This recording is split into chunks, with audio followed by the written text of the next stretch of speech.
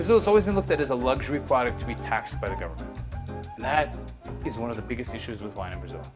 In Brazil, there's interstate taxation. To bring a product from the south of Brazil into São Paulo, you're going to pay a 21% tax on that. Brazil is never going to be in Argentina or Chile. And it shouldn't try to be.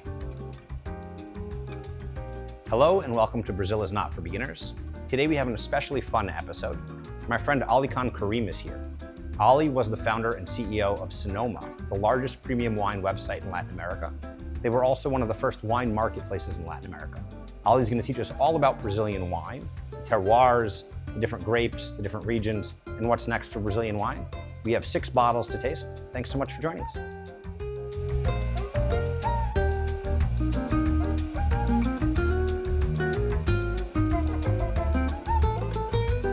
Thanks so much for coming. Thank you, dude. It's a pleasure to be here. And it's a pleasure to be digging into a topic that I really enjoy. Yeah, I'm excited to learn about it. I am admittedly, as you know from our conversations, not very, sophisticated with wine. So I'm learning, you're teaching me. So I'm excited to go on this journey with you, but you'll have to obviously speak to the public a little bit more than I am. But like we always say, I mean, what tastes good, tastes good. So we'll go on this journey. I have some questions for you kind of about the wine industry and all of that. Obviously your background, I want to hear about that, how you came to Brazil, but maybe before we get started, you could pour us our first drink. Let's do and we it. can taste it together. So I'll start by, when we usually start with wine, you start with sparkling and go towards rosé, orange, etc. white. So we'll start with sparkling. And it just so happens that Brazil is a powerhouse for sparkling wine. Yeah. And so we are going to begin with a wine that I like very much. It's from the Serra Gaúcha, which is the principal wine growing region of Brazil, Rio Grande do Sul. And this is a producer called Viñetica. Mm-hmm. It is a Frenchman who has been here for 30 years, married a Gaúcha, has another French enologist. And, he makes a number of nice wines, but I think that for, let's say pound for pound, bang for your buck, his sparkling Terroir d'Effervescence is, for me, one of his best. And Excellent. So excited to be drinking that with you right now. Awesome. So I guess the question would be, is there anything I'm looking for here or just it tastes good?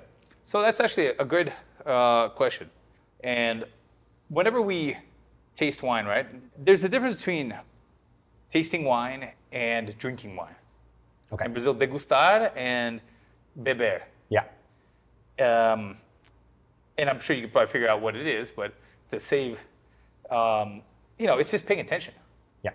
If I'm talking to you and having a conversation and I'm just drinking, I'm drinking. Yeah. And that has its time and place and it's awesome. But when you're tasting wine, it's paying attention and being present and looking and focusing on what you're doing. And so when you taste wine, there's 3 components or 3 steps to it, right? You have the visual. Yep. Just by looking at this wine, we can tell a lot, right? It's got a kind of a golden yellow color. So you know it's from white grapes, right? Yeah. Now, granted, if it was super white and there was no golden in it, we could say, all right, either this doesn't have as much age and it's young, because white wines tend to grow in color as they age. They tend to become bolder and darker. Red wines are the opposite. Okay. And when we see a very white, very pale wine, and we do a quick turn of the glass, and what are called in English the legs, or in Portuguese the lágrimas, they come down real fast. You're like, all right, this wine has low body, low alcohol, low sugar. In this case, it's kind of medium. Okay. And so just by doing a little spin and looking at it, I can say, all right, probably a medium-bodied, and since most sparkling wines that are made out of white grapes, Chardonnay is the base, my guess is this is a medium-bodied Chardonnay, right? Okay. Nose, what do you smell? I don't know how to describe it. Think about it in terms of major groups. Is it floral? Is it fruity? Fruity. Right, there you go. Yeah. So I agree. Can't say the fruit, but fruity. I smell a little bit of leveduras. Leveduras are the yeasts, which are used in the first and second fermentation of sparkling wines and red wines. Yeasts are nothing else but a fungus that comes from the air, eats a bunch of sugar, poos alcohol, kills itself, and then you have fermentation. That's what fermentation is, right? It's a very unfancy way of looking at something that is fancy, right? You can bring it back down to earth. That's what it is. But yeasts are a natural occurring phenomenon. And sometimes you have the smell of baked bread, and that's the smell of yeast. I smell a little bit of tropical fruit, maybe like a carambola, maybe a pineapple. Yeah, I was thinking pineapple. Right? Let's taste it. So I have a question for you. When we were getting the glasses out, Yeah? you asked me not to get out the champagne flute. Is that from a tasting perspective? It's a great question, and I'm glad we're able to bring that up on the show. So this is delicious, in my opinion. It's a Yeah, little it's bit very not cold good. enough, right? Yeah, I'm actually probably. going to put this back and put our next one right back into our area where we're cooling things off.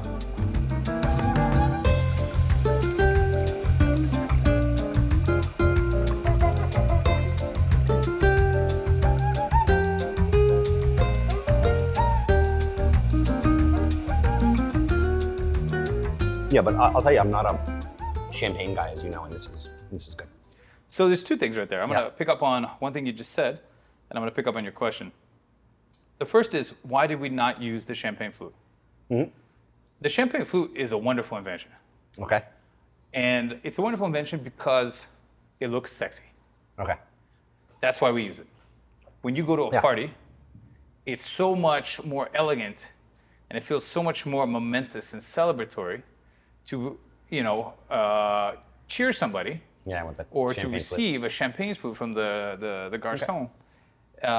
It just feels like you're in a festive mood. It feels like elegance. Okay. And whoever began to use the champagne flute, it was one of the major glass makers, crystal makers. It was wildly successful and was copied the world over. And today, it's synonymous with celebration. It doesn't mean that it's the best experientially for the wine. Okay. When you have a very small vertical area, the bulk of the wine is not being exposed to air. Yeah. Oxygenation speeds up the process of aging.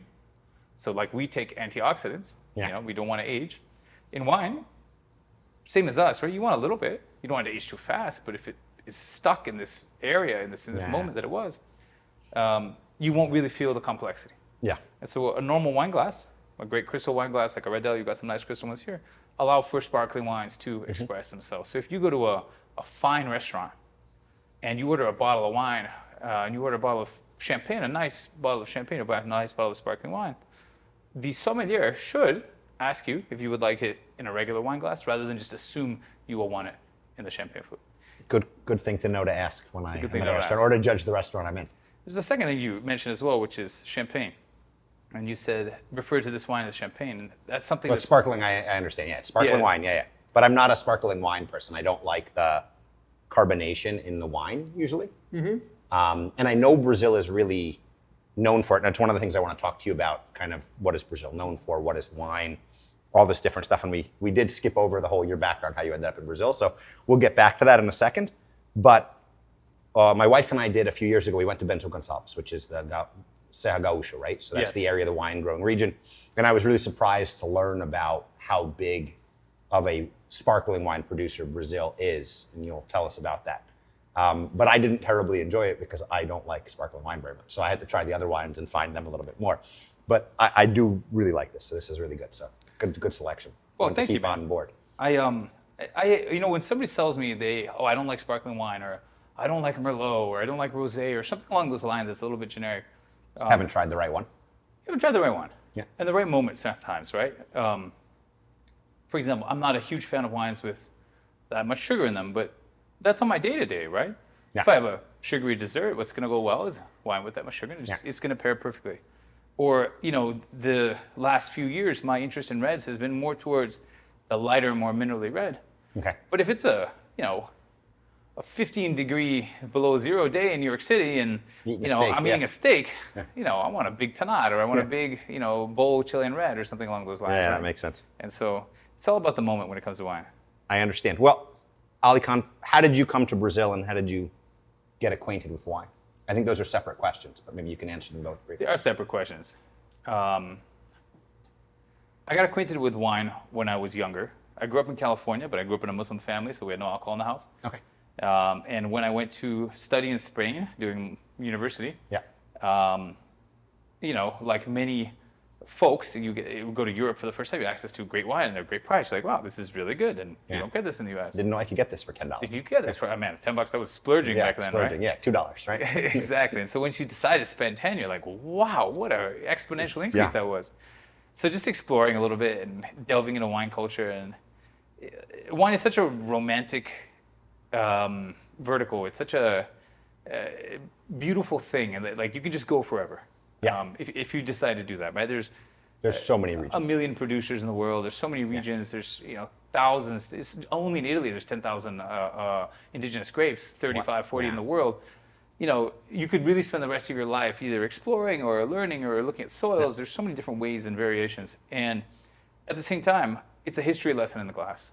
It's culture in the glass. Once you understand the reason behind why this tastes this way and who made it, it's very similar to food in that sense, right? Yeah. You go somewhere and you taste something, you're like, wow, what is this? And once you learn kind of the background behind it and why this tastes like it does, you could go forever with that. Yeah. And so wine's very similar in that sense.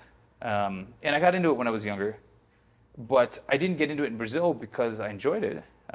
Certainly that was a reason. I was attracted to it and wanted to work with something I enjoyed. But when I moved to Brazil, it was 2011, and it was, the kind of midway or the beginning of the way through Brazil's first real tech boom. Yeah. When venture capital was starting, when startups were starting. Yeah. And I participated in a company that was one of the darling startups of that era, which was furniture e-commerce. But knew I wanted to branch off on my own to start something of my own. And I kept looking at wine as something that was not only fun to explore, but back then everyone who was building in Brazil thought Brazil could be the next China, right? BRICS was still a very big theme. Yep. And that obviously ended up not being true. But when I decided to embark on that journey, it was very much looking and saying, I want to fix my own problem. But at the same time, there's a significant market here that could potentially grow. Brazil was, at that point in time, the currency was 1.7, 1.8 to the dollar. Things have changed very much since then, of course. Yes. And Brazil was growing at 6-7%. And we were thinking, all right, wine is still relatively nascent. It was, 1.2 liters per capita. To give you an idea, today in Brazil, it's right around 2.5. So it hasn't gone up that much since then. Maybe 13 years it's doubled. But compared to Argentina, 25 liters per capita. Compared to the US, 14, 13 liters per capita. And so, and then you have the European countries, you have France, 40, 50, Portugal, 55, the Vatican, 60. There's a lot of potential room to grow. Do Brazilians not drink, or do they drink other things? They drink other things. Okay. And it's also not homogenous. Yeah. The northeast of Brazil still to this day does not drink a lot of wine. Whiskey's the big thing, right? Okay. And the south of Brazil tends to drink more. Yeah. But more Italian, European roots. Exactly. You'd be perhaps surprised to know that São Paulo, despite its Italian roots, is not the largest wine drinking capital. I mean, it's significantly more than the average. It's about 13 liters per capita in São Paulo, roughly the US average. But Rio is 17. You wouldn't expect but it's sweet Portuguese wine, right? It is certainly, I won't say it's sweet Portuguese wine. They do tend to favor the bold Portuguese reds, but to each their own. Yeah. And whatever takes you to get you into the culture, rock and roll, right? Yeah, whatever makes you happy. Whatever makes you happy. Yeah. And so, that was part of it. That was part of the journey, right? Can we build something that will offer to Brazil at a foundational layer, what happened over the US 20 years before? And, there were a few incumbents. We managed to harness the premium segment really well. We became the #1 player in premium. And then we came out of the idea of becoming the first marketplace, which took some time. It was a still very old school industry, convince people to, offer us their products without paying through our fulfillment services, or then later on, as we started to finance folks through our fintech arm, to understand that, hey, this is really a model that makes sense, and we're going to offer you something that the bank can't. It wasn't obvious for a lot of these old school suppliers, but over time, I'm proud to say that we became a significant pillar in the wine industry. In the wine industry, yeah. It led to a lot of learnings as well. Yeah. Well, maybe we can move on to the next one. Let's do it. And while we're doing that, you talked a little bit about the kind of per capita consumption. You talked about Serra Gaúcho. Why don't you get the next bottle, and then I'll ask that question. Rock and roll. I was going to let you do it while you were moving, but I'm going to serve a bit of both, and you can compare. First, serve you this one. Okay, yeah. Perfect. And this wine here is a very special wine. First of all, look at that perlage. I don't know if you've ever heard that word before. No, but I understand what it means. There you go. Perlage is the French word for And it's a little bit more orange. the It looks quality of the bubble. It usually denotes a sparkling wine of finer quality. So the first one that I served is very nice, great bang for your buck, and it's for roughly 170 reais in Brazil. You're talking about $25, $30. I think it's better than most Proseccos that you'll find in the US at that price. The second one is a different level. I'm drinking the first one, and now the second one, look after I poured it. See how long? Still got bubbles. This is a sign of quality. Yeah.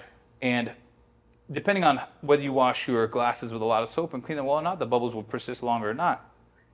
But if this sits in the glass for over a minute, minute and a half, no, you're looking at it just from looking at the wine. You know this is a high quality sparkling wine. Yeah. The best champagnes will be very similar. Okay. And so this is from me, in my opinion, the best sparkling wine producer in Brazil today. Okay. There are a few others that can certainly make sparkling wines in the same category, but I really like Kavgais. Kavgais is from Mario Gais. Mario Gais is a Chilean that came to Brazil about 40 years ago, another married a Gaúcha, and stayed. His kids are Gaúchas. And they run Kavgais. This is his José Terroir Nature. Nature means no sugar added, no dosage. And this is a wine that is made 100% from Pinot Noir grapes, which is why you have this kind of rosé color. Yeah, I was going to say it had a little bit more color to it. Smell it. What do you smell? A little bit more of that brioche, a little bit of the... Yeah, a little bit maybe more a touch yeasty. of red fruit. Yeah, it's less citrusy. Less citrusy, a little bit more mineral, perhaps. Yeah, and mineral's a good word. We're drinking a little warm, but there's a delicacy here Yeah. that we didn't necessarily have in that last one. Yeah, it's There's got more. a persistence here. And, the quality of the fruit is very evident, in my opinion. Yeah. It's It's wine more like is an apple or a pear. a little bit of an apple or a pear. Yeah. And when I think about quality of wine, right, what do you think of? Every wine has flavors. It could be apple, pear, citrus, floral. There's no one flavor that's better than another. How do you compare a great wine to a okay wine? It's persistence and evolution in mouth. Okay. When you have a wine and it tastes a little sugary, it tastes good, and then it just kind of goes away. All right, that's nice, but I could pay $12 Infidel in Whole Foods, and that's great for tonight. And putting on some series on a Tuesday, and I don't want to think about the wine. Rock and roll. When you have one of the great wines of the world, this is something that lingers and evolves and persists and changes, and it changes the way you feel as you drink it. And so it's far more experiential than just this is good. Yeah. So I don't want to say that this is one of the great wines of the world, but for a good sparkling, this would be a wine that's maybe $50 or $60 in the U.S. So it's not cheap. You would compare it with kind of more entry to mid-level champagne. I think it holds its own. There's two parts of. There's many parts of tasting wine, right? You can go and think about flavors and whatever, but if you want to be a little bit more structured, a little bit more scientific about it, we talked about the visual, the olfactory, and then the taste, the sensual paladar, palate. What are you tasting for? Wine has 4 components. Okay. The first one is what you usually feel in the beginning. It's the sensation of my tongue is salivating. Okay. And if you don't feel that at all, there's a problem. Mine is, I'll tell you that right now. Great. Yeah. Because this wine has acidity. Okay. Acidity is like the dorsal, it's like the spine of the wine. Okay. You can live without your arm. You don't live without your spine. Yeah. And so it is the most important component of all of them. Gotcha. If you have a wine with low acidity, it's going to be flaccid. Okay. Yeah. Flaccid things are not great. No. Not as, right? Yeah. And so if you have a wine with low acidity, it's going to die quickly. If you have a wine with too much acidity as well, it's not great. But in general, if you feel that salivation on the side of your tongue, you're like, okay, that's the acidity. Then you might feel a little bit of sweetness. Sugar. All wine's going to have a little bit of sugar. Yeah. The process of fermentation, you can create alcohol, but while the yeast is creating alcohol. He's creating a component that's going to eventually kill him. So he can't consume all of the sugar. Yeah. And then you could have a secondary fermentation like most red wines do and sparkling, but there's still a little bit of sugar. Okay. So you'll feel that. Yeah. You can have bone dry wines and there's just a touch of sugar. You have ones that are more sugary that you'll feel more clearly, like an Amarone, for example. Okay. Third is, in red wines, you'll have tannin, Yeah. right? Tannin is from the skin of the grape. Sometimes it could be the stem if the wines are fermented together, if the grape is fermented with the stems. Tannin, imagine looking at a tree. Okay. Have you ever looked at a tree? I don't know Probably that I not. have. You Yeah. know what it would taste like. You I know what don't your want tongue that. will Yeah, feel yeah. like if you lick a tree, right? Yeah, yeah. That is a rude tannin. That is a very, aggressive tannin, if you will, Yeah. right? And it's very voluminous. Okay. You can have voluminous tannin that is very fine. And so, for example, if you drink a very fine, a very nice, sometimes coffee has tannin, right? Dark chocolate will have tannin. But Okay. you drink a very nice tannic grape, a Tanat or a Tempranillo, you're like, oh, that velvety sensation that just tickles my tongue and dries my mouth. So good. Very nice. That feels pleasurable. Versus the tannin that's more crude. You can have all of this in wine. Yep. And then the fourth, alcohol. Okay. And so when we think about a wine as body is usually a mix of sugar and alcohol. And so I drink this, I feel it, I'm like, oh, that wine feels like it has a lot of body. What does that mean when someone says a full-bodied wine? It's usually of the four components, two are pretty high, sugar and alcohol. Okay. So yeah, when we taste wine, all of these things can be part of the more scientific process. You don't have to think about it every time you taste wine, but Yeah. eventually you'll start understanding, like, oh, I'm salivating. This wine has good acidity. Okay.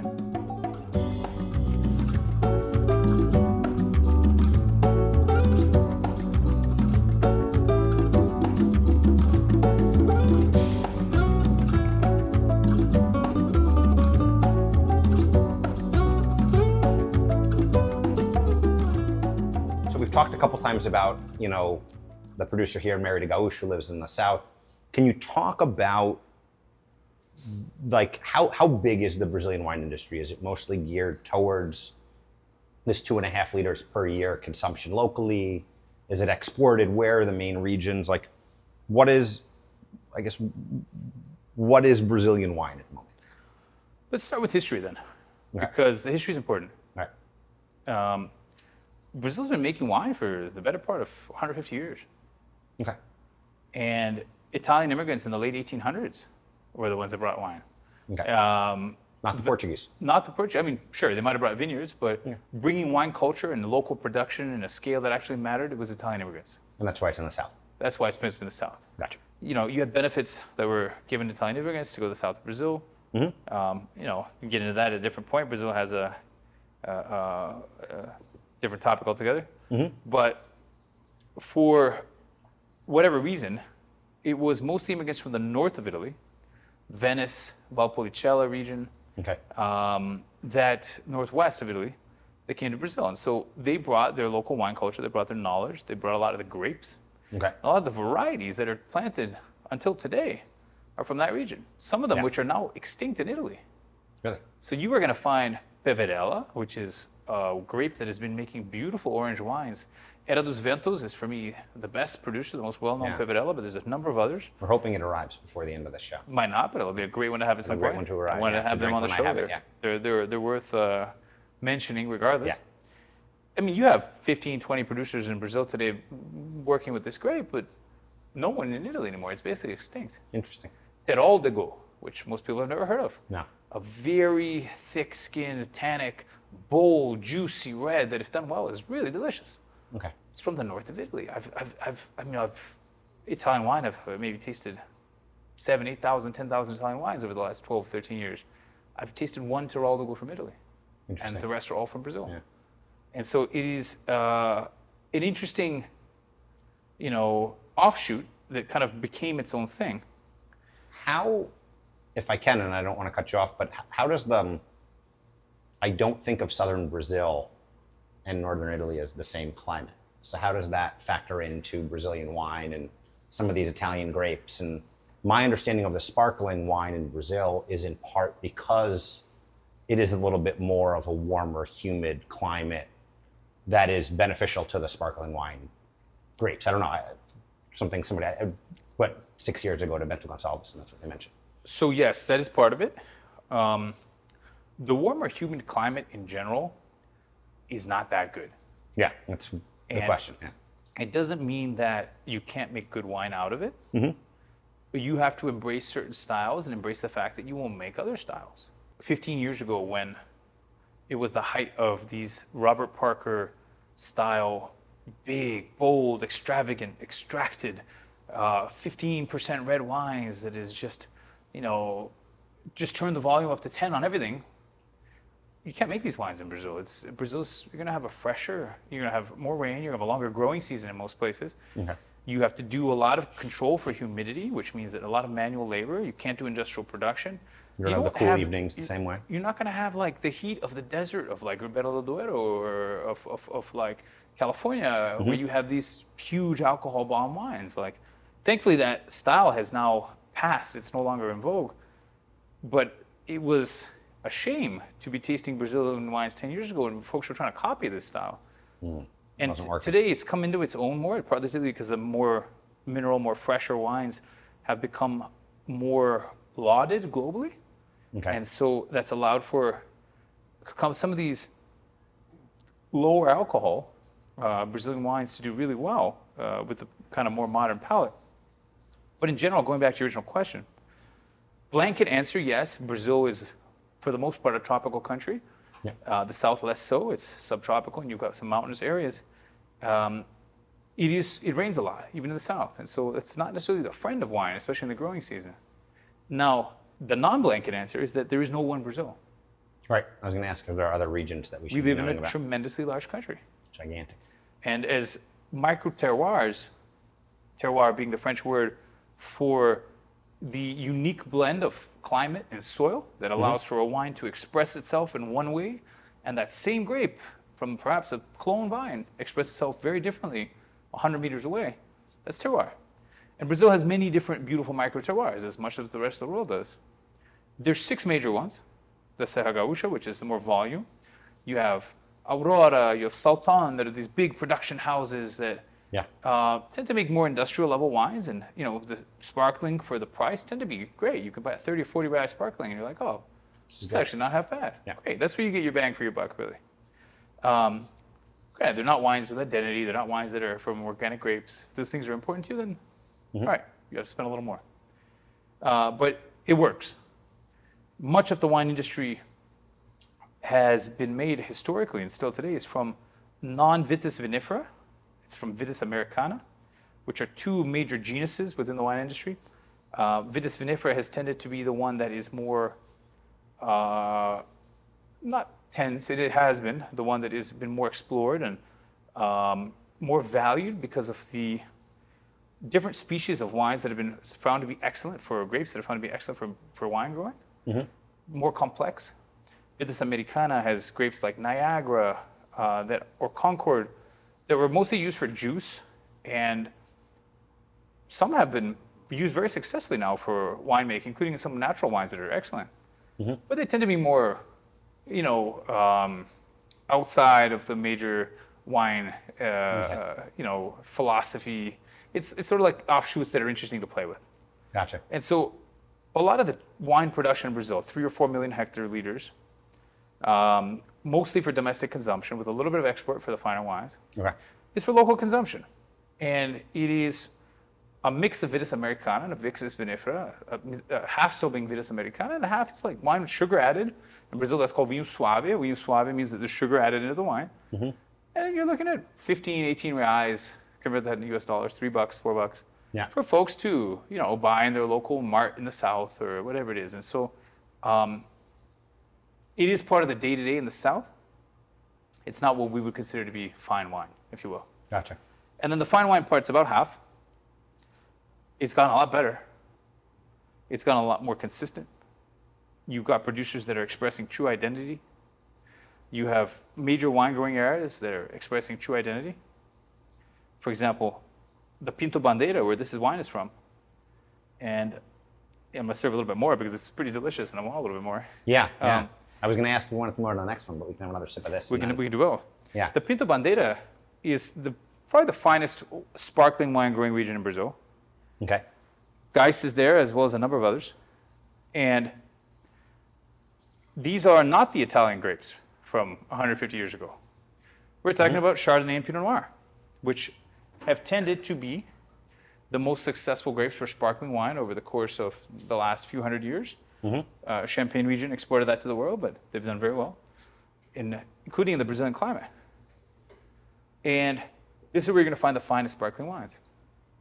The Dio Vale dos Vinhedos was Brazil's first denominação de origem, or in the US you have AVA, American Viticultural Area, but demarked area and region saying specific wines with specific characteristics. Gotcha. And you can tape the seal on it. Yeah. And great red wine from there. Merlot tends to be the grape that has done very well there, Okay. with a sprinkling of Pinot Noir. The south of Brazil, the Campanha Gaúcha, which is close to the Uruguayan border, higher elevation, more mineral, fresher reds. Cabernet Franc does very well there. Okay. You've got some experiments going on in São Paulo and Minas Gerais, including I've heard of those. some very successful ones, right? Guasperi is one of the major vineyards in São Paulo. They did a very smart play where they're pitching to the Brazilian market, but they made sure to get very good ratings from Decanter Magazine, which is a British magazine, talking about how good these Brazilian wines are. And one of their first Syrahs got a 95 points from Decanter. It sold out immediately, and they jacked it up to 500 reais. And after that, it's just been a success. It's good. I don't think it's worth 500 reais, but it's good. I'm happy to give my opinion as well. Yeah, absolutely. So there's all kinds of these rad experiments going on. The Vale do São Francisco is the north of Brazil. Okay. Very unique. They have 2 growing seasons, right? And so when you have 2 growing seasons, it's usually volume, right? You're not going to have the quality of the grape that you'll have when you have such volume. But it's an interesting terroir, and I've had good wines from there as well. And so there's a lot of uniqueness and a lot of things coming into their own, and we sort of have an idea of where the best is going to be. Interesting. On that note, you've talked about the terroirs. I think you have some other ones to show us. So maybe we can open another one while we're going through as well. The next 2 are both going to be Pinot Noirs, and we're going to pour them both, I guess. Let's pour them both. Yeah. So this artsy, sexy label comes from it's pretty. Eduardo Zenker and Arte da Vinha. I know we were taught not to judge a book by its cover, but if you are already a wine fan, a fan of Brazilian wine, you may know Zenker. If not, he's got a very interesting story. Okay. And it has a lot to do with the story of natural wine in Brazil in general. Okay. But before that, let's talk about what natural wine is. Because there's a lot of confusion. Yeah. You have these terms that are thrown out there: organic, biodynamic, natural, and so people are like, what does that mean? Is it all kind of the same thing? And it's not all the same thing. We're gonna focus on the first one, and then we'll get to the second one. Gotcha. They both are great wines. The first one is a natural wine made from organic grapes. Organic grapes is the same thing as organic food. No pesticides. Yeah. In Brazil, it's harder to do organic. You have, you spit, something grows is the local expression, right? So if you have the possibility for mold and fungus and all of these other things, how do you maintain without pesticides? It's harder. Yeah. But some do it, and some do it well. Zenker buys his grapes and he vinifies them in a natural way. Natural is a wine philosophy that has really come roaring back, if you will, in the last 15 years globally. Brazil's been no exception. Natural means I'm going to make wine looking at the purity of this fruit and nothing else. And so I'm not going to filter it and take out the sediment. I'm not going to add yeasts. I'm going to let the yeasts naturally occur in the air, and that's going to make things riskier. I can't control the process as much, but that's how it's supposed to be done. Then, I guess, right? I'm not going to fine my wine. There's a process called fining of wine that most people don't know about, which is putting egg yolk into the finished barrel or finished vat, which will then soak up sediment to make the wine look cleaner and more transparent. Interesting. But obviously, you're putting, egg white. Egg white, okay. And then on top of all of the industrial garbage that is oftentimes pumped into industrial level wines. And so the big industrial players, California, I'm from California, and I hate to say it, but they're the biggest culprits. Chile is another one. where, you can have everything from, food coloring to added sugar to anticoagulants to shelf stabilizers to crazy amounts of sulfate. And sulfate's an interesting one because natural wine has no sulfate. Sulfate is a component that has been used to preserve food and beverage since Roman times. A little bit of sulfate, great, you makes food preserved. Too much sulfate in the apple that you buy last year, Still looks good. it still looks good, and you bought it 3 months ago. Why does that look good still? Yeah. A lot of sulfate spray on that bad boy. And so the philosophy of natural wine is to not get into that. So there's a purity of fruit. It makes it harder to produce wine, small scale. Zenker started doing this, and he didn't want to have anything to do with the government. He didn't want to pay the government to have the MAPA label. He was just like, look, man, I want to make wines in the Burgundian style. I'm going to buy a little plot. I'm going to buy a little bit of grape from this guy who I know does a great job. And I'm going to vinify it in this way and do my little experiment. And I'm going to do that. And I want a Chenin Blanc. And he would make 30 different cuvées, which is unheard of in Brazil. Okay. And they're all great. Like it's very hard for someone to do 30 different things and do them all well, but he's done them all well. And he was made an example out of by the Brazilian government. They sent federal agents, I guess, from MAPA to go into his place. He had a vineyard as well as a property where he was vinifying the wines. And they destroyed all of his wines. Wow. Right? Took out the vineyards. Really a travesty. Yeah. But they were trying to enforce what was the registration at the time, and he was trying to, he wasn't a believer in that. But it was a little bit feio. It was a little bit ugly, right? Like There was things and so he disappeared. You couldn't find his wines for years, Okay. and he'd just gone off the map. But he's back. Right around the post-pandemic, 22, there was like these little murmurs that like Zenker's back. Okay. And so I made a trip to Rio Grande do Sul with some friends to see a bunch of vineyards. And we went to another one of the vineyards, two of the vineyards that we're going to taste today. But I made it a point to call up Zenker. I was like, look, dude, I know about your work. I built a company called Sonoma. And he's like, oh, great, I know about your work too. I'd be honored for you to come and meet me. He had removed himself from the Vale dos Vinhedos and found himself in the middle of the forest, somewhere in Rio Grande do Sul, I don't know where. Okay. It took us about an hour and a half drive from where we were in traditional wine country to get there. Cows, pastures, goats. We missed the entrance to wherever his property was like 2 or 3 times. And I'm like, dude, where is this dude? Cell phone service is not working. Yeah, just on the GPS on the setting you had left before. And then finally we get in there and like, everyone in there was like, man, I'm hot. I don't want to be here. And by the end of that hour, everyone was just like, dude, who is this dude? And what are these wines, man? Yeah. Because they were all good. Well, let's try one. Let's try them. This is his Pinot Noir Potpourri. This is Basalto. It's 12.5% alcohol. Okay. And it's a delicate, natural, pure fruit Pinot Noir. Yeah, it's lighter in color. I don't know if that's something to note. I love this wine, man. It's so juicy and succulent. Yeah. This Very is fruit forward. fruit forward, totally. You got a little bit of a mineral tinge, a little bit of crushed rock in there. Yeah. You don't feel the alcohol.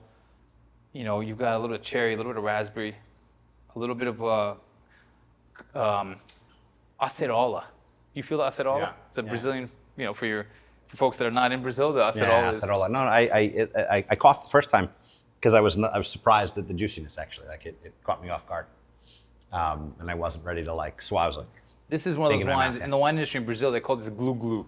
Okay. Glue glue means you just chug this, drink this all day. So you could drink this all day. Drink this all day. Yeah, that one's nice. And then if you want to, while we're talking about Pinot Noir, let's talk about Via Piana. Yes. Via Piana is a property that I discovered a few years ago. Yeah, you told me this one. We started working with them on Sonoma, and with great success. They're in Altos Montes, which is in the center of Flores de Cunha. Flores de Cunha is another wine growing area in the Rio Grande do Sul. And Pinot Noir doesn't really flourish in Brazil. Okay. It's a very fickle grape. It's mercurial. You have to have these sort of foggy mornings, and it can't be too hot because it's a thin-skinned grape, and you have to have a long enough growing season, and you have to have enough sun. Not too much. You can't have too much. Yeah. And it has to be the right time of the day. And it's delicate was the word delicate. used. Yeah. It's delicate. And so it's hard to do Pinot Noir. And these are 2 different versions. I like both, right? This we're going to feel the Zenker one a lot of the purity of the fruit and the delicacy. Here, you're going to feel a little bit more structure. Just from the color, which is darker, you're going to be like, all right, this is probably a little bit more alcohol. And it is 13.1, which is still relatively tame, right? A California Sonoma Valley Pinot Noir might be 14.5.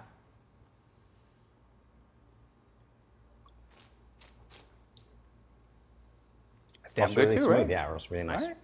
Yeah, a little less kind of big fruit in your mouth. But A really little bit nice. more caramel, because this one went through oak. You got a little bit of salty smells in there too, right? Mm-hmm. Almost like a salted meat. Yeah, it's really nice. So yeah, I mean, I'm a big Pinot fan, and so to find good Pinot in Brazil is nice. Yeah. So you've talked about kind of some of these experiments and some of these regions, and one of the questions I had for you is, you mentioned Chile, right? Like big wine powerhouse globally. Argentina, big wine powerhouse globally. We were just talking about Uruguay because I went there.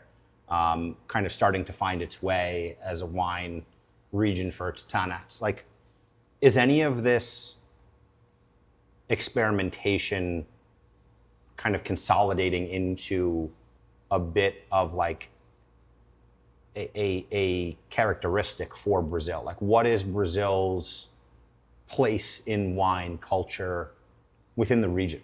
Or is it still kind of emerging and not really consolidated? That's a really good question, Isaac. I'm going to bring a little bit of perspective here that's my own.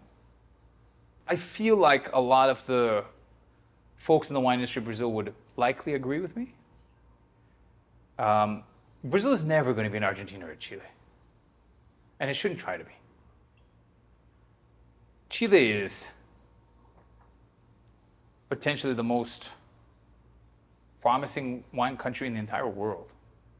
You have so many climates. You have every terroir that exists under the sun to grow wine well, easily, quickly, at a relatively cheap way for good quality, without irrigation. Argentina, you've got such massive concentration in Mendoza and Salta and Patagonia, and so ingrained into the society.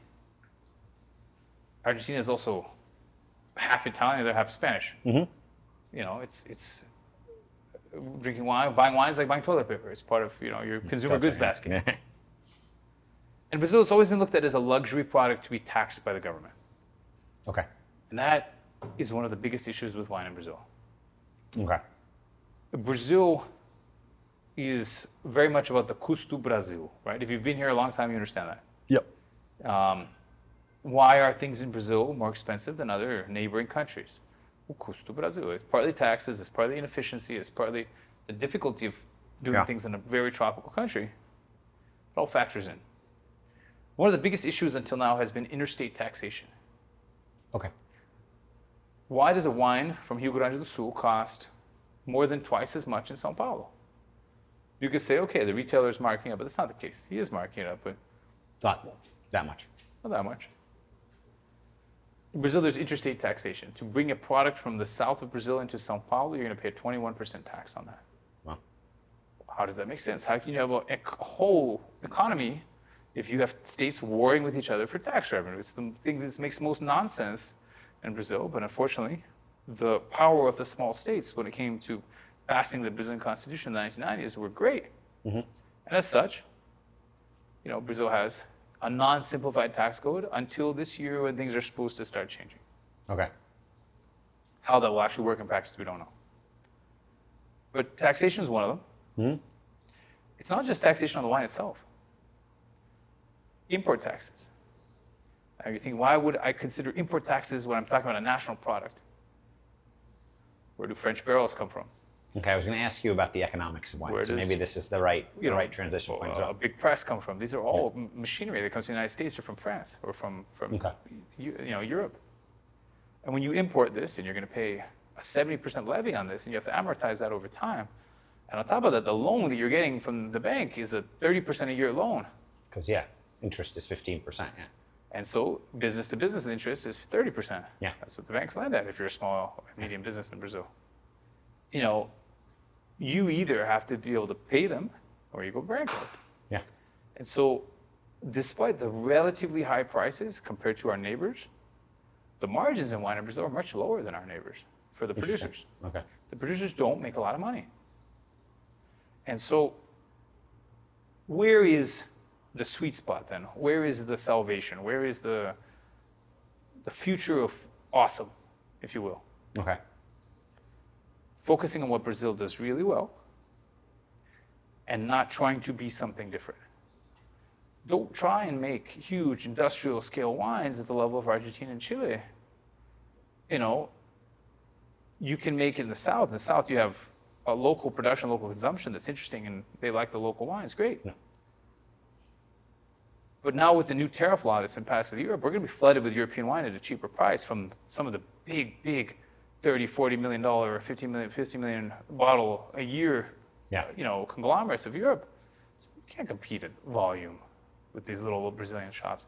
Focus on nice wines at a medium to higher level and focus on your terroir and what you do really well and become best in class at that. The sparkling in Brazil, in my opinion, are as good as anywhere except France and Southern England. Okay. Southern England now being amazing sparkling wine. Interesting. I remember learning when I went there that there is actually export of the sparkling wine. Like China was a big consumer. Brazil exports a lot to England. Interesting. A lot relatively, right? Yeah. Increasingly a little bit more to the United States. Increasingly a little bit more to the European countries, but it's still a niche sort of a thing. Yeah. Can you continue to gain rave reviews from gringo publications, from external publications about the quality and these terroir-driven wines, which are not these massified wines, and focus on the more luxury, medium to level angle, because with sparkling you do that well. Some of the quality of these Brazilian Merlots, which we're going to have shortly, and some of the quality of this Brazilian Pinots are really interesting. Mm-hmm. You know, can you make a wine that's 200 reais, but it compares to the 200 real wines that are just like, oh, this is great. Yeah.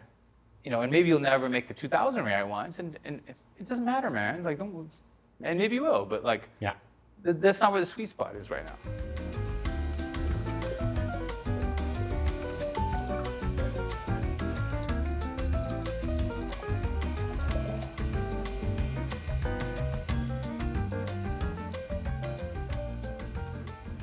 So you talked about this idea of kind of focusing on premium. And I asked you even at the beginning, you said kind of wine consumption is a little bit low in Brazil compared to our neighbors and other places. It's where does wine fit?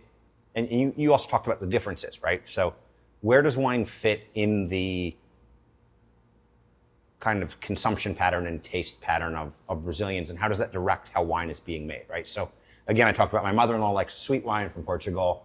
She likes wine though, like she'll drink some sweet wine.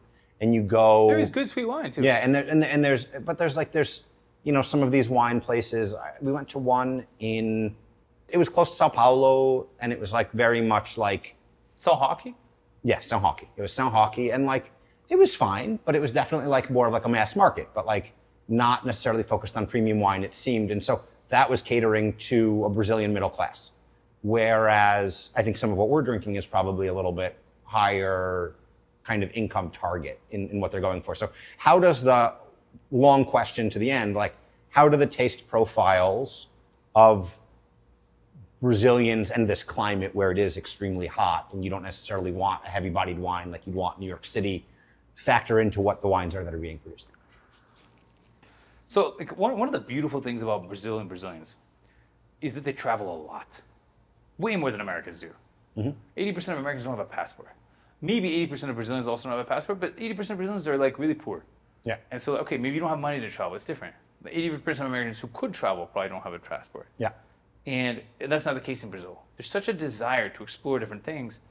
And when I first started going to the wine fairs globally for Wine Paris, man, there was like a couple other major Brazilian importers. Today, you hear Portuguese everywhere. Interesting. It's so easy to become an importer in Brazil, and so many people do this, and sometimes they do it in a way where they don't have distribution, and okay, that sucks. Yeah. Great product is nothing without distribution. And so, startup lesson, 201. But at the end of the day, they're bringing in a plethora of new and interesting wines for people to taste. The sommeliers in the restaurant love them. You go to restaurants now that are cool restaurants in Sao Paulo or Rio which has become, a culinary capital of the last like 7 years. It went from a dearth. I went to La Salle last week, and I will tell you that like the food was very, very good, but the sommelier knocked it out of the park. Like, if I took anything away from that meal, like she killed it. Awesome. It was great. It makes me happy, man. Yeah. So like the restaurant wine culture, the somms in restaurants oh man, they're awesome now compared to 10 years ago where there was just not as much wine to beat. Like they had never tasted a Tokai. They had never tasted champagne because it's too expensive. And now that's not the case at all. Yeah. And so there's so much being shared, and the wine fairs in Brazil are so robust. You have the big one, which is Pro Wine, where all the importers sort of display, and it's worth going to. My favorite is the Feira de Naturebas, which is where... You like your natural wines? Yeah, I'm into natural wines. It's not just natural. It's a lot of the organic producers today. Today, 30-40% of fine wine globally is already organic. But there's so much interesting stuff coming in. And so the Brazilian tastes are evolving far faster than the Argentinian tastes, for example, which are primarily focused on what they do well. And it's been not had an import, really, for the last however long. And so you can find everything in Brazil in the same way that you can find it in the U.S. You can't even do that in France. You can't even do that in Italy. In Italy, you find really good Italian wine and then maybe like a couple top Bordeaux. Yeah. I'll tell you, I had a friend visiting and we went to some wine stores. It was hard to find some of the Brazilian wines, which is a shame in Sao Paulo. That's a little bit of a shame. Yeah. It is a bit of a shame. The neighborhood wine store that is good curation, that's something that's lacking a little bit. Some neighborhoods have it. There's 2 or 3 bottles, but not even the 6 we have. And maybe on that note, I don't know what's next. Let's check out some Merlot. Yes, let's do it. So we went from sparkling producers, one small and avant-garde and doing a good job, and one very well-known, Cub Guys. Yeah. 2 Pinot producers, both, kind of under the radar. Yeah. Zenker is known by folks that are into his wines. Now we're going to 2 traditional producers in Brazil, who are 2 of the better-known Brazilian producers that are not great size, but great renown for their size, if you will. Okay. The first is Lídio Carraro. I really like the Lídio Carraro wines. Stephen Spurrier of Decanter magazine, before he passed, he was the guy who did the Judgment of Paris, which was his big claim to fame. I don't know if you've heard of the Judgment of Paris, but it was... I have not. I'm not a wine guy. It made the U.S. wine industry. Okay.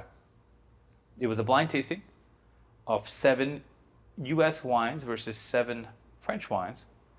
And the U.S. wines were from Napa and Sonoma. You had Santa Cruz Mountains versus the best Burgundies, the best Bordeaux, Latour, Margaux. Yeah. And everyone's like, obviously the French are going to blow a joke. What is this joke? And the panelists were all French. Yeah. Hands down, all of the U.S. wines won. Yeah. And this was the late 1970s.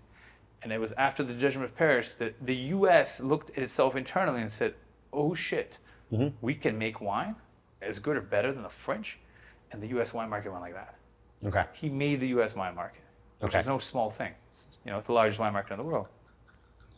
And he tried this wine, I guess. This is his favorite producer in Brazil. Okay. Lídio Carraro. So that's no small thing. Yeah. Now this is that's a really nice their nose. Quantum from 2012. This is a wine with 14 years of age on it. 14.5%, so a relatively full-bodied wine. And it is a Merlot Cabernet Sauvignon Tannat Cabernet Franc blend. Okay. Excited. We'll put that there and we'll compare it with, and I don't want to say compare because they're totally different styles. Yeah, but we'll taste. We're going to go to Pisato. Pisato is from Gianni Pisato. I had the pleasure to visit Gianni Pisato a few years ago in her winery, and I've worked with her in the past, as I also worked with Julian Carraro. They're great folks to work with. Nose too. And Pisato does great espumantes. They have one called Vertigo, which I think is really nice.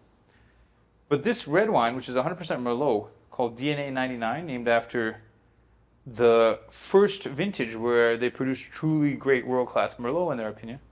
And they've done this wine maybe 10 times since, 7 times since.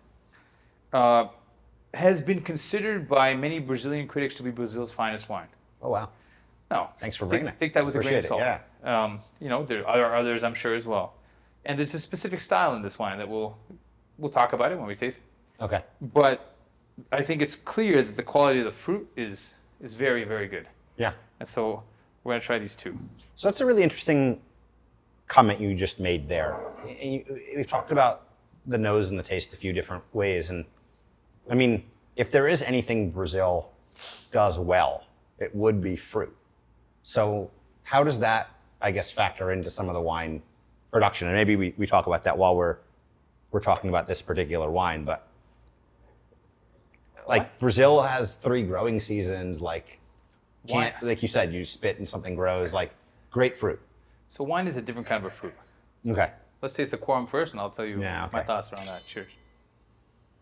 Just from the glass, looking at it, I can see that there's a little halo, a little ring around the side, and that means a little bit of age. It's not pure purple. It's purple with a slight brownish accent. That means a little bit of age. Red wine gets lighter with time. White wine gets darker with time. That one's taking the legs are moving slowly, right? Yeah, that means it's a little bit more voluminous in alcohol, right? It's what, 14 and a half here? Yeah, they're both 14 and a half. Second one's 14. Delicious. Great. Yeah, fantastic. Like, how do you not say that's not a great, anywhere in the world, that's a great wine, right? Yeah. And I love taking a really nice Brazilian wine to a friend's house when I'm staying with them in New York City. Or in LA or wherever, anywhere in the world where you don't have access, but it's a cosmopolitan city where people will appreciate that. And they'll be like, oh, that's interesting. You came from Brazil. You brought me a Brazilian wine from 2012. Wow, what's that all about? Yeah. And then they open it and they're like, that's really good. Yeah. And you're like, yeah, it is, right? Yeah. And so, Brazil you asked me about where it's compared with its neighbors. I'm going to go back to that question for a second. I'll say, how does Brazil compare to the rest of the developing major countries? Because they're all exploring wine. I've had Mexican wine many times. Yeah. And The Riviera is supposed to be really good. I spent the New Year's before last year in the capital of Mexican wine production that's in about an hour and a half south of the California border. It's the Valle de Guadalupe. Beautiful region. We were looking to focus mostly on natural wines and a little bit hit or miss, I'll say. The food was out of this world. Yeah. Some of the best food you can imagine, Mexican food, and they don't have the food. I've had Indian wine that was like, wow, this is pretty good. I've had Chinese wine that was excellent, like exceptional. Interesting. Whereas the one I Brazil would have in bet this on. paradigm, you don't think about it. But Brazil's, I think they're doing pretty well. They're ahead of many. You had asked me The fruit question. food question. Wine is not a papaya. Okay. For wine to be really good, you want low volume, Okay. high stress. Right, which is the cold nights. It's not just the cold nights. There's a few different climates. There's 3 major wine climates. You have Atlantic, Mediterranean, and continental. And they're replicated across the world. Like Pacific wines have Atlantic climate wines because this is why they were named, right? But in general, if you have a lot of rain and a lot of volume, the quality, the essence is going to be diluted through all those grapes. It's going to taste kind of sapid and not that interesting. If you prune and you cut grapes and you have deeper vines that have to penetrate rock and quartz and very hard soils, in the Douro, they have to dynamite the soils because they're so hard to be able to plant. In Priorat, they have to drill. I was there last week. It's a spectacular region of the world with spectacular wines. It's inhospitable. And the more inhospitable, the lower the production. The ones that survive produce the most spectacular wines. And so when you hear about old vines, why are old vines prized? Because old vines are like, old sailors that have seen many seas. Yeah. They know what they're doing.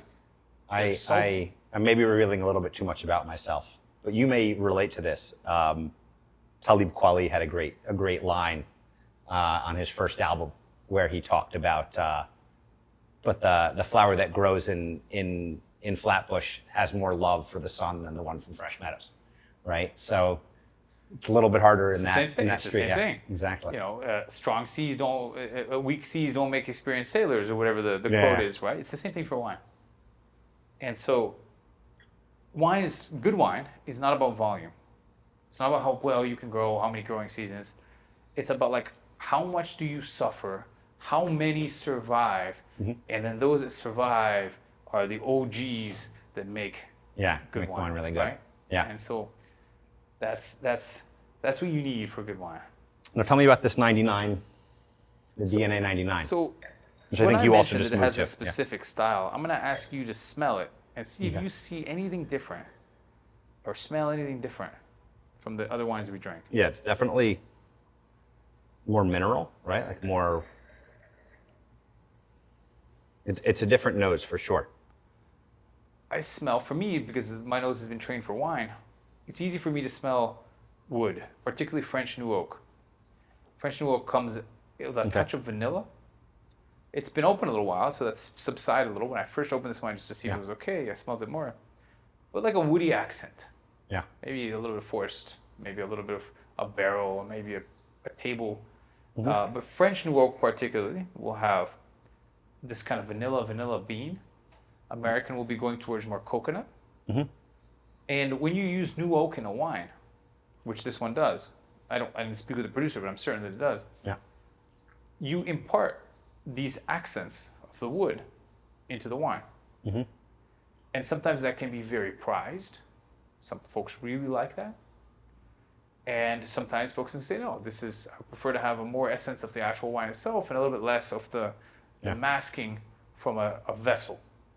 There's no wrong or right in wine. Yeah, It's like you just said, you like it or preference. you don't like it. Correct. Preference and style. Yeah.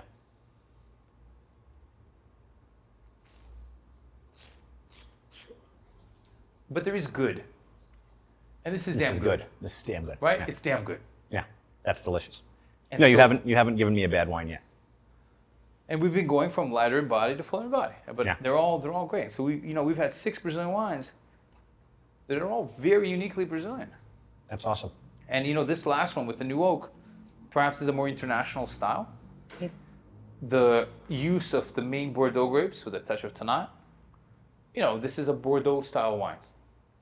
And it's done very well with the palate of Brazilians. It's done very well in the Brazilian market. I think it hides a little bit because of the use of New Oak, of the nuances of her terroir. Okay. What made this vintage so special? I don't know. It's a little bit masked by the New Oak. So my personal preference, even though this wine is absolutely delicious, is to try and feel a little bit more about why this was the year she tried to make this wine. The quality of the fruit is spectacular, sure, but you know what? Again, there's no wrong or right, and sometimes I love a great Bordeaux, and it's got New Oak, and this is in that same vein, and so that's great. Awesome. Where can somebody start kind of exploring Brazilian wine? Especially somebody that's not in Brazil. One really, really awesome trip that you can do in 3 days from Sao Paulo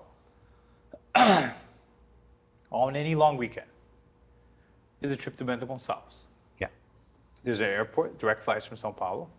Bento Gonçalves is the principal city of the wine growing region, and from there, 30, 40 minutes, you're into Pinto Bandeira, Flores de Cunha, Vale dos Vinhedos, Monte Belo do Sul. There's a beautiful producer there called Fatim that makes these very juicy, homemade artisanal wines, and a great experience. There's 300 producers there. Okay. And the Campanha Gaúcha is another place that's awesome. Even in Sao Paulo, there's great wine tourism that's an hour away from the city. Guaspe's super worth checking out, man. Yeah. They make premium wines. They're the first premium winery in Sao Paulo, and they get a lot of wine tourism in Sao Paulo. Yeah. But if you're looking to buy and experiment, for many years I tried to make Sonoma one of the pillars of finding Brazilian wine online, and I'm very grateful that we were able to find traction with many of the great Brazilian vineyards with a wine drinking public that would perhaps not as be interested if it wasn't for us pushing it. There are a lot of different wine sites today where you can say, you might have something. The issue with the wine sites is confidence, right? You have provenance, and provenance is everything in wine, man. I came back from a trip from Burgundy once and was just so overwhelmed by this experience I had with this producer, Zikot. He's a Polish guy that was planting Chardonnay in Puligny Montrachet since the war. World War II. Spectacular wines. So I was like, dude, let me just buy these in the U.S. And I found a couple sites, and I was like, let me just buy them. I spent a couple $1,000s buying some wines of his. They were all cooked. That's terrible. All cooked. All of them cooked. Why? They weren't warehousing them correctly. Oscillations of temperature. And so I wish I had an obvious answer. This is the one-stop shop for Brazilian wine that you go to tomorrow and bam, you find everything. It's a little hard than that. Yeah. You have to do a little sleuthing, a little digging. Okay. But the producers, I don't know if you have show notes, but perhaps if you do, then we can talk about these producers, add some. But if not, Lídio Carraro, Pisato, Via Piana, Arte da Vinha. Yeah, you mentioned Era dos Ventos, which we were Era able dos to Ventos is get. a great one. There's not here. Fachin is another great one. Yeah. And we have Cavgais. And we had Vinietica. All amazing producers that you can find in, their websites, if you will. And so I recommend that you do, because there's a lot of amazing things happening in Brazilian wine right now. That's awesome. That's really great. So Ali, this has been awesome. These are delicious wines. I always like to end the podcast by asking my guests 2 questions. The first one, which I think you've been here for 11 years, so you probably have a lot to share on, and so I'll leave the floor open to you, but what does the expression "Brazil is not for beginners" mean to you? I moved here in 2011, and at that moment in time, I thought it meant the hoops and ladders that you have to go through to get basic stuff done. Yeah. Whether it's opening a company, getting your, R&E. Yeah. Brazilians are paper people. Filing taxes, or just dealing with your company's taxes. I mean, there's a lot of complexity, like generating a nota fiscal. It's like, really? Yeah. Interstate taxes. Interstate taxes. Yeah. And now I don't think it's that. That's a pain in the ass, but it's more dealing with a place where the puck is not always moving fast. It is always moving fast, but the goalposts are always moving. The rink is moving. The rules of the game are being changed mid-game, right? Yeah. And again, I'm probably revealing more about myself than I want. So I shared a terrible. I couldn't even get the Talib Kweli quote right, but it's good that you brought I'm thinking about it. Talib Kweli brings it back to high school, early college. Yeah, absolutely. Yeah. But bringing you back even further, it sounds a little bit like Calvin Ball. I don't know if you were a Calvin and Hobbes reader. Who was? But yeah, I mean, make up the game as you go, make up the rules. I'm waiting to play that with my son. I think he'll really enjoy Calvin Ball. But it sounds like that's the game. There's a lot of things that, being a naive young American in my 20s, that when I moved here, I didn't think about currency risk. Yeah. I didn't think about the macro risk. I never lived through, the 90s in Brazil where people's banks were frozen, bank accounts were frozen, and then they just lost all of their money. And you're just like, oh, this is like history. I get it, but it's a different moment. This is not going to happen. And then things like that happen. You're like, oh, wow, cycles repeat. How can this happen? Because it will. Because it does. And so Brazilian friends would warn about these things, but, with the gringo optimism, you don't think about it. Not going to be me. It's not going to be me. So when I think about Brazil is not for beginners, I think you have to be a little casca grossa. Okay. And you have to have a little bit of this jogo de cintura. You have to be able to be malleable and flow and just, whatever way the wind blows you, you got to just go with it. And you can't be too fixed, and you have to be able to move fast, and you have to be agile. And I really respect the great Brazilian entrepreneurs for that. Yeah. Because they are operating in an environment that is maybe not unique. Maybe there are other countries, India or China, where they have similar or different difficulties. But it's not just product market fit and let me outcompete my competitors. The system itself is working against you. Mm-hmm. And so that's an interesting... Playing on hard mode. Playing on hard mode, exactly. Yeah. It's an interesting, unique twist. Are there any Brazilian expressions or habits or just quintessential Brazilian behaviors that you really like, and that I don't know, you go home, people who don't understand. I can tell you, I've actually been struggling recently. I'm doing more business trips because I have a real job again. And I go to a business meeting and I go in to kiss somebody, and in the States, it's pretty, it's awkward. Anyway, are there any expressions that, or like habits that you really love? Dude, that brings so many to mind. That's actually one for me as well, where like, especially with like girls or women, like the immediate thing is like, all right, let me just go in and give you a kiss on the cheek. And like, it's not a thing in the US. No. In Europe it is, thankfully. Yeah. So when you, they'll be like, oh, he's European. You know, Yeah. like, all right. I've been thrown off. A friend is visiting from Rio and she does 2 kisses, and that's been Yeah, the 2 kisses a little, Yeah. it messes with me a little. Italy. Yeah. Brazilians have an elegance in business culture. Okay.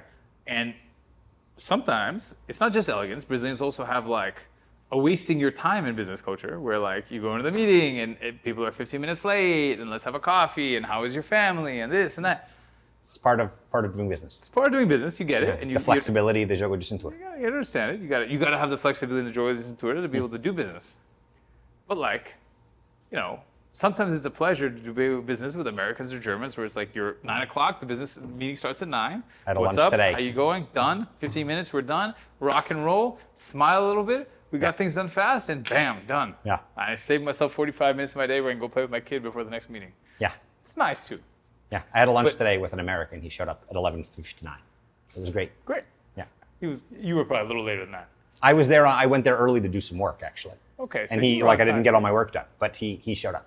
The other side of that, the positive side of Brazilian business culture, is sort of this like elegance and sort of florid, like not saying things quite directly, but being very.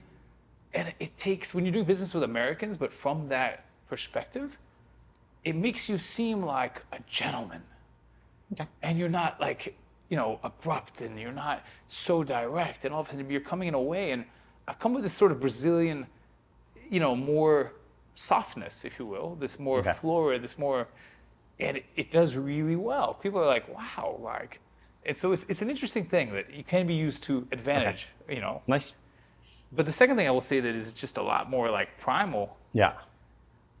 Brazilian barbecue culture, churrasco, which is, and like, I'm not talking about the quality, like I love brisket, I love the US stuff, but like the US meal is like, I'm gonna cook a bunch of different things, sit down, it's fooding time, shovel. Burgers are ready. I'm so full. Yeah. It's not quite as sexy and as interesting as like little things coming off the grill, little by little, like, Pão de alho. I have a glass of wine, Cheese, I have a burger, like you hang out with Piece my of buddy, meat. a little piece of meat, or the picanha's out, and little by little, over the course of 3 or 4 hours, we're just milling about and eating, and conversation is what Brazilian churrasco culture is about, and so I really like that, and I try to bring it home, and little by little, my friends and family have understood, but it is for me a superior way of navigating the grill. Yeah, same thing. You're going with the flow and enjoying the afternoon with your friends without anything else pressing. There is no next thing. This is the next thing. Exactly. I take my time with it because this is the next thing. That's exactly it. Thank you so much for coming on. This was awesome. Cheers, brother. Man. Delicious wines, really amazing. We'll leave it in the show notes. You are still playing with wine. So how can people follow you, pay attention, learn from you, approach Brazilian wine with you? I'm grateful to be in front of the strategic wine direction for Cidade de Matarazzo. Okay, And the so restaurant complex here in Sao Paulo. Exactly. Mata Chita, Lava is opening shortly. Shepa, there's going to be 14 restaurants opening over the course of this year. And then there's going to be the Rio project. There's going to be a lot of amazing things that are happening with Cidade de Matarazzo. Amazing. And I'm grateful to be part of that. Follow me on Alykhan Som on Instagram. And I'm still doing my own personal wine curation here and there, and it's a pleasure to be continuing to explore an industry that I've learned so much about, and that continues to excite and make me feel alive. And so that's wine for you. Awesome. Ali, thanks so much for joining. Thank you so much for listening, for watching. I really enjoyed this one, so hope you guys did too. Thanks. Cheers.